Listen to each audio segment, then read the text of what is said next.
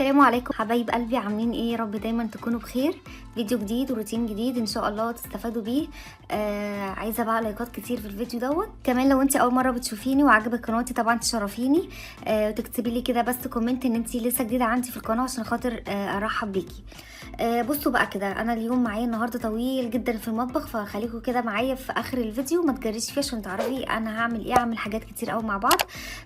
هنغسل كده الحاجات دي ونرص الحاجات، وكمان هنعمل غدوه حلوه قوي هتشوفوها معايا. وكمان روتين بتاعي بعد الغدا احنا بنعمل ايه في المطبخ، عشان بس ايه نتشجع كده مع بعض، واللي وراه حاجه تقوم تخلصها بعد الغدا يعني على طول، يعني ايه ما تكسلش كده. فتابعوا معايا الفيديو للاخر وما تجريش فيه. هنا بقى كده قطعت البصل. انا بقطع بصل للرز عندي، رز الصيديه، وكمان بقطع بصل لشوربه السي فود عندي. بس كده هقلب بقى كده في البصلايه اهو.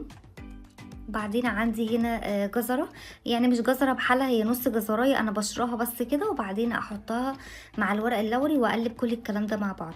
هسيبها بقى كده على النار شويه لحد ما تنزل ميتها وتشرب الميه، يعني الميه اللي هي هتنزلها تشربها. حطيت بقى كده طبعا عينيكي ميزانك، يعني حاولي كده انتي ظبطي كده المقادير بتاعتك، قصدي التوابل بتاعتك. حطيت كمون وحطيت كزبره ورشه بسيطه كده من القرفه، وهنا عندي مكعب ماجي، وطبعا ظبطت بقى الملح، وعندي ميه مغليه فضيتها عليه، واسيبها بقى كل الكلام ده يغلي كده مع بعض